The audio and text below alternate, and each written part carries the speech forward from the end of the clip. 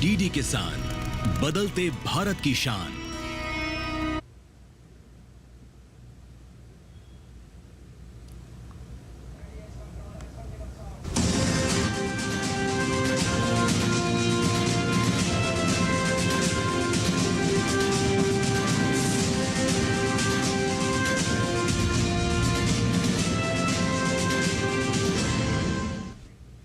नमस्कार, किसान समाचार में आप सभी का स्वागत है। सबसे पहले मुख्य समाचार।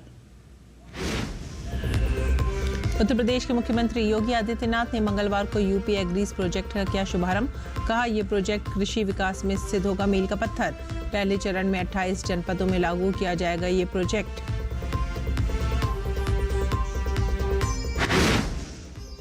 हरियाणा सरकार के तीसरे कार्यकाल के 100 दिन पूर्ण होने के उपलक्ष्य में किसानों को दी गई बोनस राशि। अब तक किसानों को जा चुकी है 1345 करोड़ की बोनस राशि। 2000 रुपए प्रति एकड़ के हिसाब से दिया गया बोनस।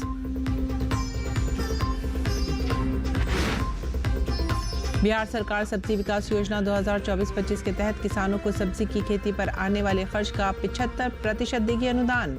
योजना के तहत किसानों में हाइब्रिड सब्जी बिचड़ा और संकर बीज किए जाएंगे वितरित। यमुना को जहरीली बताने का सबूत देने के लिए केजरीवाल के पास आज रात 8 बजे तक का समय। बीजेपी और कांग्रेस की शिकायत के बाद चुनाव आयोग ने दी मियाद।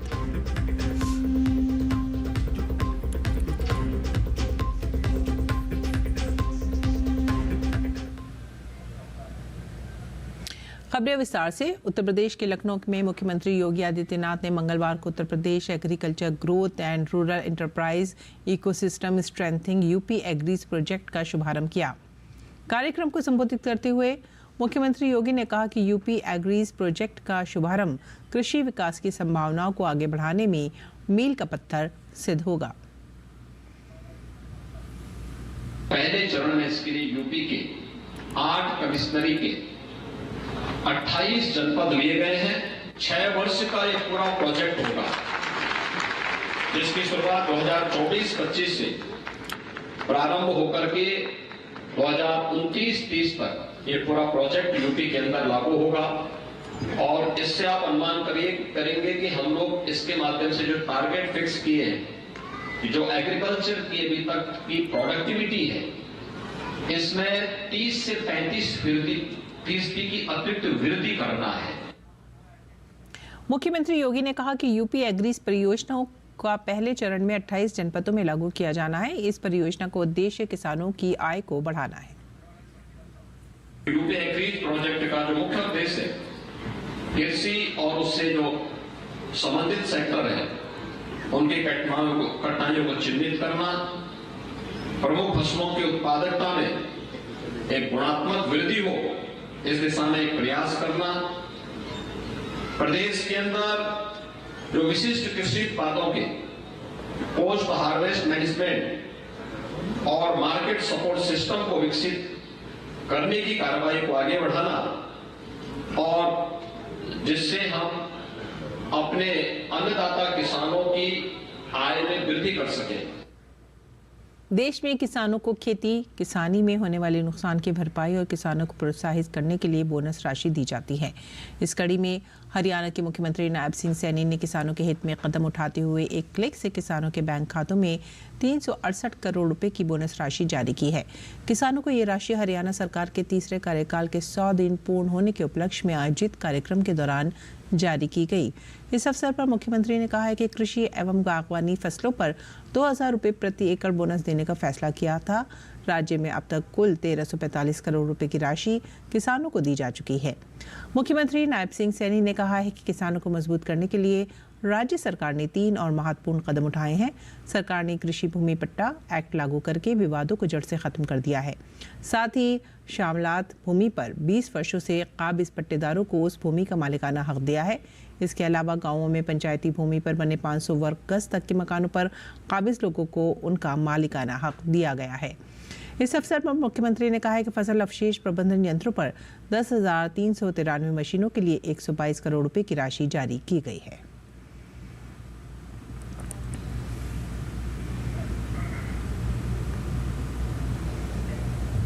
बात करेंगे खाद्य सुरक्षा की। केंद्रीय वाणिज्य एवं उद्योग मंत्री श्री पीयूष गोयल ने ओमान की सफल यात्रा संपन्न की। केंद्रीय मंत्री ने इस यात्रा के दौरान ओमान के वाणिज्य, उद्योग और निवेश संवर्धन मंत्री महामहिम कैस बिन मोहम्मद अल यूसुफ के साथ भारत ओमान संयुक्त आयोग की बैठक के 11वें सत्र की सह अध्यक्षता भी की। इस बैठक में व्यापार, निवेश, प्रौद्योगिकी, खाद्य सुरक्षा, नवीकरणीय ऊर्जा और अन्य प्रमुख क्षेत्रों में द्विपक्षीय सहयोग बढ़ाने पर सकारात्मक चर्चा हुई। दोनों मंत्रियों ने इस समझौते पर जल्द ही हस्ताक्षर करने के लिए चर्चाओं में तेजी लाने पर सहमति जताई, जो द्विपक्षीय व्यापार संबंधों में एक नया मील का पत्थर साबित होगा। श्री गोयल की सफल यात्रा ने भारत ओमान संबंधों की मजबूत नींव को मजबूत किया तथा व्यापार और निवेश में सहयोग बढ़ाने का मार्ग प्रशस्त किया।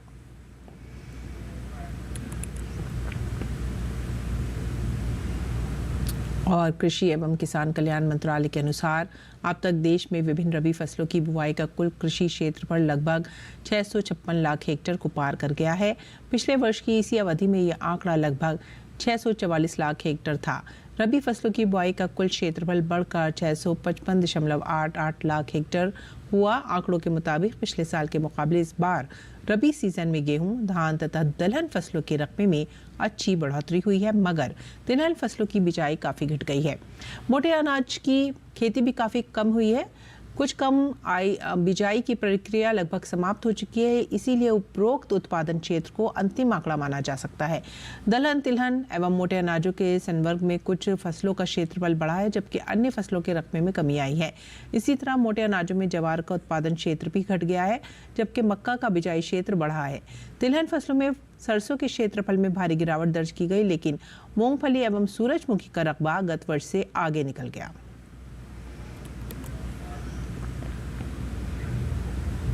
बिहार सरकार सब्जी विकास योजना 2024-25 के तहत किसानों को सब्जी की खेती के लिए आने वाले खर्च का 75% अनुदान देगी।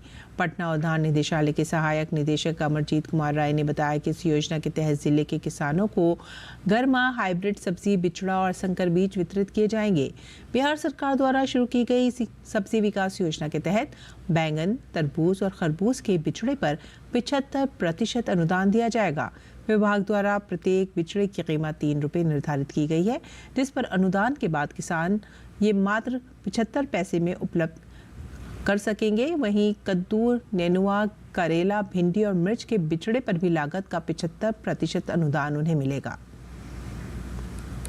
सब्जी विकास योजना के तहत अनुदान का लाभ लेने के लिए इच्छुक किसानों को भूमि स्वामित्व प्रमाण पत्र, 2 वर्ष पूर्व से अपडेटेड राजस्व रसीद, ऑनलाइन उद्घाटन रसीद, वंशावली, इकरारनामा के आधार पर विधि मान्य भू स्वामित्व का प्रमाण पत्र, इनमें से कोई एक अनिवार्य होगा।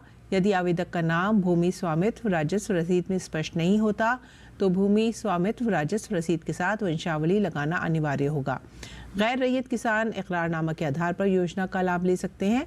सब्जी विकास योजना के तहत अनुदान प्राप्त करने के लिए किसान ऑनलाइन आवेदन भी कर सकते हैं। किसान ये आवेदन उद्यान निदेशालय की विभागीय वेबसाइट horticulture.bihar.gov.in पर कर सकते हैं। प्रकृति के बीच रहने वाले मानव और जीव जंतु हम सभी एक दूसरे पर निर्भर हैं। प्रकृति को रहने लायक बनाए रखना हमारी महत्वपूर्ण जिम्मेदारी है, ये कहना है इसरो के पूर्व अध्यक्ष एस सोमनाथ का। राजधानी दिल्ली के तालकटोरा स्टेडियम में प्रकृति और पर्यावरण संरक्षण को समर्पित कार्यक्रम प्रकृति संवाद का आयोजन किया गया। इस मौके पर प्रकृति प्रेमी, पर्यावरण संरक्षण, सामाजिक कार्यकर्ता, वरिष्ठ पत्रकार, लेखक, साहित्यकार सहित विशिष्ट जनों ने एक साथ मिलकर आने वाले कल के लिए पर्यावरण संरक्षण के मुद्दे पर विचार मंथन किया। कार्यक्रम में राज्यसभा के उपसभापति डॉक्टर हरिवंश भी बतौर अतिथि उपस्थित रहे। प्रकृति के प्रति संवेदनशील रहने की सलाह दी। राज्य में किसानों के जरिए खेतों में सोलर पंप लगवाकर गुजरात सरकार बिजली बचत और पर्यावरण का लाभ दिलाने में अग्रणी भूमिका निभा रही है। राज्य में अब तक कुल 7,700 किसानों ने ऑफ ग्रिड सोलर पंप स्थापित किए हैं। राज्य सरकार कुल खर्च का करीब 70% सहायता राशि सब्सिडी के रूप में देती है। इस तरह से राज्य सरकार की ओर से इस योजना में 218 करोड़ रुपए बतौर सब्सिडी दी जा चुकी है। खेतों में सिंचाई के लिए पानी व बिजली की नियमित उपलब्धि एवं सौर ऊर्जा का उपयोग सुनिश्चित कराने के लिए वर्ष 2019 में केंद्र सरकार द्वारा प्रधानमंत्री किसान ऊर्जा सुरक्षा एवं उत्थान महाअभियान पीएम कुसुम योजना शुरू की गई थी। इस योजना का लाभ लेकर अनेक किसान कृषि में प्रदूषण मुक्त बिजली का उपयोग कर रहे हैं। केंद्र सरकार द्वारा मार्च 2026 तक 12,382 standalone of grid solar pump स्थापित करने के लिए गुजरात राज्य को सैंक्शन भी दिया गया है। राज्य सरकार की ओर से जारी आंकड़ों के अनुसार इस योजना के अंतर्गत नर्मदा जिले में सर्वाधिक 5,100 से अधिक सोलर पंप स्थापित किए गए हैं। सोलर पंप की संख्या की दृष्टि से टॉप 10 जिलों में नर्मदा के बाद वलसाड में 460 से अधिक, बनासकांठा में 450 से अधिक, डांग में 320 से अधिक, महिसागर में 260 से अधिक, गिर सोमनाथ में 220 से अधिक, छोटा उदयपुर में 180 से अधिक, तापी में 160 से अधिक, कच्छ में 130 से अधिक तथा नवसारी में 100 से अधिक सोलर पंप शामिल हैं। भारत की सबसे बड़ी सरकारी हाइड्रो इलेक्ट्रिक क्षमता उत्पादन कंपनी NHPC लिमिटेड ने पंप स्टोरेज प्रोजेक्ट्स यानी PSP बनाने के लिए आंध्र प्रदेश सरकार से साझेदारी की है। कंपनी के मुताबिक 2 गीगावाट की क्षमता से शुरू होकर PSP 8 गीगावाट तक बढ़ाई जाएगी।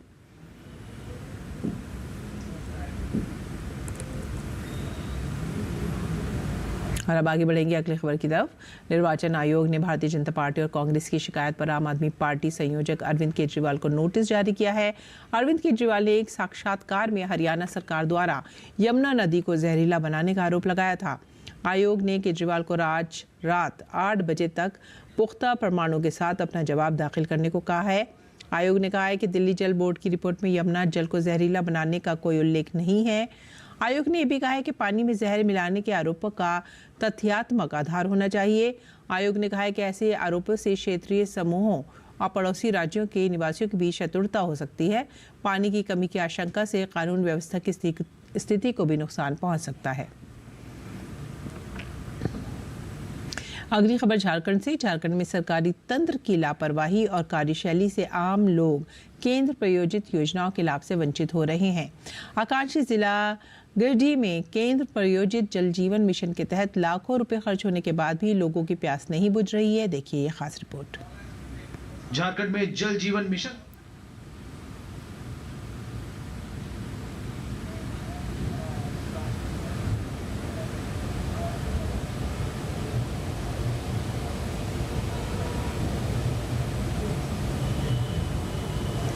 और अब जान लेते हैं मंडी भाव।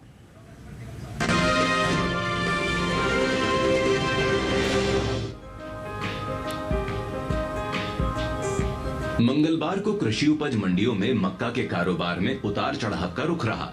वहीं कुछ मंडियों में इसके भाव में कोई अंतर नहीं आया। एगमार्कनेट के मुताबिक गुजरात की जम्मूसर मंडी में मक्का के सौदों में कमजोरी देखने को मिली। यहां 27 जनवरी को मक्का का भाव 2,200 रुपए था, जो 28 जनवरी को 100 रुपए गिरकर 2,100 रुपए क्विंटल रह गया। उत्तर प्रदेश की फैजाबाद मंडी में भी मक्का की खरीद नरमी के साथ हुई। यहां 27 जनवरी को मक्का का भाव 2,625 रुपए रहा, जो 28 जनवरी को 5 रुपए लुढ़क कर 2,620 रुपए क्विंटल हो गया। वहीं राजस्थान की विजयनगर मंडी की बात करें तो यहां मक्का का कारोबार तेज भाव पर हुआ। यहां 27 जनवरी को मक्का का भाव 2,300 रुपए था। 28 जनवरी को इसमें 100 रुपए की बढ़त हुई और भाव 2,400 रुपए हो गया। जबकि उत्तर प्रदेश की बहराइच मंडी में बीते 2 दिन यानी 27 और 28 जनवरी को मक्का का भाव 2,450 रुपए क्विंटल पर बना रहा। इस साल घरेलू स्तर पर कुल मक्का की पैदावार में कमी देखने को मिल सकती है। कृषि मंत्रालय की ओर से जारी पहले अग्रिम अनुमान के मुताबिक साल 2024-25 के दौरान देश में कुल मक्का की उपज 245,41,000 टन होने का अनुमान जताया गया है, जो पिछले साल की 376,65,000 टन की पैदावार की तुलना में करीब 131,24,000 टन कम है। अनुमान है कि कुल मक्का की उपज का असर इसके बाजार भाव पर पड़ सकता है।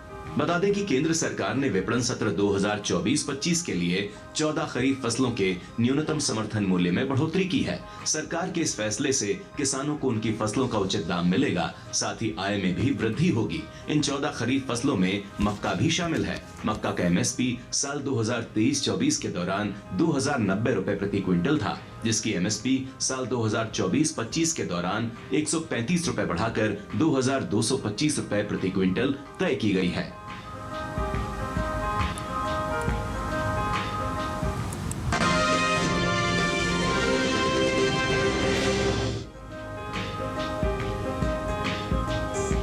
कृषि उपज मंडियों में लहसुन की आवक सामान्य बनी हुई है।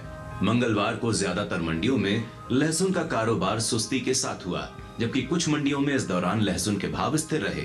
एगमार्कनेट के मुताबिक हिमाचल प्रदेश की कांगड़ा मंडी में लहसुन के कारोबार में भारी कमजोरी देखने को मिली। यहां 27 जनवरी को लहसुन का भाव था 29,000 रुपए। 28 जनवरी को लहसुन का भाव 4,000 रुपए लुढ़क कर 25,000 रुपए रह गया। राजस्थान की श्री गंगानगर मंडी में भी लहसुन के सौदे सुस्ती के साथ हुए। यहाँ 28 जनवरी को लहसुन का भाव 500 रुपए गिरकर 23,000 रुपए से 22,500 रुपए रह गया। उत्तर प्रदेश की बलिया मंडी में गिरावट का सिलसिला जारी रहा। 27 जनवरी को लहसुन का भाव 18,000 रुपए रहा। 28 जनवरी को इसमें 200 रुपए की नरमी आई और भाव 17,800 रुपए क्विंटल पर आ गया। वहीं पंजाब की गढ़शंकर मंडी में इस दौरान लहसुन के भाव स्थिर रहे। यहाँ दोनों दिन यानी 27 और 28 जनवरी को लहसुन का भाव 18,000 रुपए पर बरकरार रहा। लहसुन की पैदावार को देखें तो भारतीय मसाला बोर्ड की ओर से जारी आंकड़ों के मुताबिक साल 2023-24 के दौरान लहसुन की कुल पैदावार 32,13,930 टन रही है, जबकि बीते साल इस दौरान लहसुन की उपज 32,39,453 टन रही थी। भारत से होने वाला लहसुन का निर्यात साल 2023-24 के दौरान बीते 5 सालों के उच्च स्तर पर पहुंच गया है। दुनिया में चीन को लहसुन के सबसे बड़े उत्पादक के रूप में जाना जाता है, लेकिन हाल ही में चीन में लहसुन की पैदावार कम होने की वजह से वित्त वर्ष 2023-24 के दौरान भारत से रिकॉर्ड तोड़ लहसुन का निर्यात हुआ है। भारतीय लहसुन की मांग खास तौर पर पश्चिमी देशों में बढ़ी है। बता दें कि लहसुन के अंतर्राष्ट्रीय बाजार में चीन की हिस्सेदारी 75% है, जो 23 मिलियन टन से अधिक है, जबकि 3.3 मिलियन टन से कम पैदावार के साथ भारत दूसरे स्थान पर आता है। लहसुन के बीते 5 सालों के निर्यात आंकड़ों पर नजर डालें तो भारतीय मसाला बोर्ड की ओर से जारी ताजा आंकड़ों के मुताबिक साल 2019-20 के दौरान भारत से होने वाला लहसुन का निर्यात 22,280 मीट्रिक टन का रहा था, जिसमें साल 2020-21 के दौरान कमी देखने को मिली और लहसुन का निर्यात 4,637 मीट्रिक टन घटकर 17,643 मीट्रिक टन पर आ गया, जबकि साल 2021-22 के दौरान लहसुन के निर्यात में इजाफा देखने को मिला और निर्यात फिर से 22,000 मीट्रिक टन के पार पहुंच गया। साल 2022-23 की बात करें तो उस साल लहसुन के निर्यात में खासा इजाफा देखने को मिला। बीते 3 साल के रिकॉर्ड को तोड़ते हुए लहसुन का निर्यात 57,346 मीट्रिक टन के पार पहुंच गया। इसी तरह साल 2023-24 के दौरान भारत से होने वाले लहसुन के निर्यात ने पिछले 5 सालों का रिकॉर्ड तोड़ा और निर्यात का यह आंकड़ा 73,950 मीट्रिक टन के स्तर पर जा पहुंचा। यानी साल 2023-24 के दौरान भारत से होने वाले लहसुन के निर्यात में पिछले साल के मुकाबले 16,604 मीट्रिक टन की बढ़ोतरी हुई।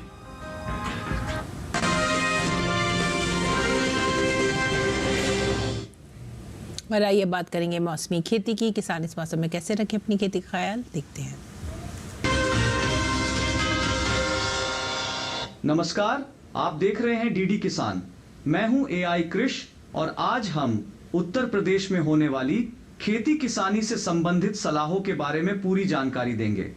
उत्तर प्रदेश में जिन किसानों को गेहूं बोए हुए 40 से 45 दिन हो गए हैं वो दूसरी सिंचाई कर लें, और जिन किसानों को 60 से 65 दिन हो गए हैं वो तीसरी सिंचाई कर लें। चौथी सिंचाई बुवाई के 80 से 85 दिन बाद बाली निकलने के समय होगी। फरवरी के दौरान गेहूं के खेतों में चूहों का प्रकोप होने लगता है। बचाव के लिए जिंक फास्फाइड से बने चारे या एल्यूमिनियम फास्फाइड की टिक्कियों का उपयोग करें।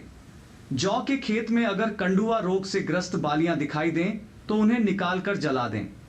चने को फली छेदक कीट से बचाना है तो जैसे ही फली बनना शुरू हो बैसिलस थुरिंजिएंसिस का इस्तेमाल करें।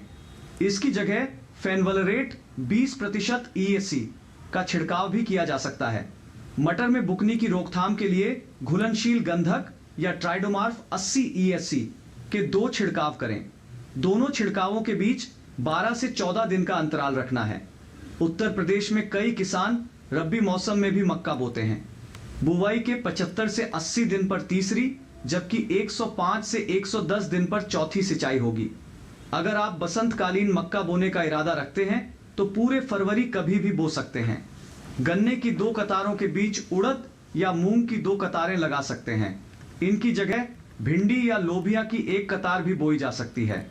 इसी तरह कृषि और किसानों से जुड़ी हर महत्वपूर्ण जानकारी के लिए हमारे साथ जुड़े रहिए और देखते रहिए डीडी किसान। धन्यवाद।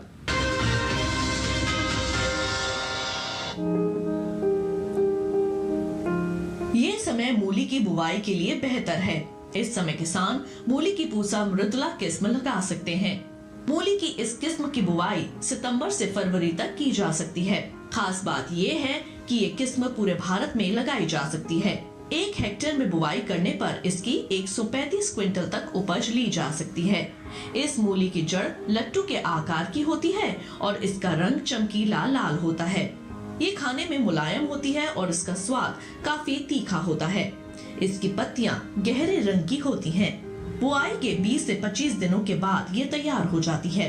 किसान बुआई से पहले खेतों को जोतकर एकदम समतल कर ले। साथ ही खेत में से खरपतवार को भी पूरी तरह से निकाल ले। बुआई के लिए 8 से 10 किलो बीज 1 हेक्टेयर के लिए काफी रहेंगे। बुआई करते समय पंक्ति से पंक्ति की दूरी 30 सेंटीमीटर और पौध से पौध की दूरी 10 सेंटीमीटर रखें। बुआई के बाद 6 से 7 दिन के अंतराल पर फसल में सिंचाई करें। मूली में चेपा होने का खतरा बना रहता है। इससे बचाव के लिए विशेषज्ञों की सलाह पर उचित दवाओं का छिड़काव करें। दवाओं के छिड़काव से पहले फसल पर नीम के घोल या नीम के तेल का छिड़काव करें। अगर इससे कोई फर्क नजर नहीं आए तभी दवाओं का छिड़काव करें।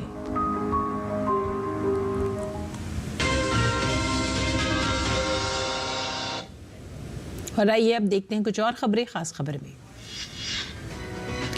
प्रयागराज महाकुंभ में भगदड़ जैसी स्थिति पर प्रधानमंत्री ने एक्स पर लिखा कि प्रयागराज महाकुंभ में हुआ हादसा अत्यंत दुखद है। इसमें जिन श्रद्धालुओं ने अपने परिजनों को खोया उनके प्रति मेरी गहरी संवेदनाएं।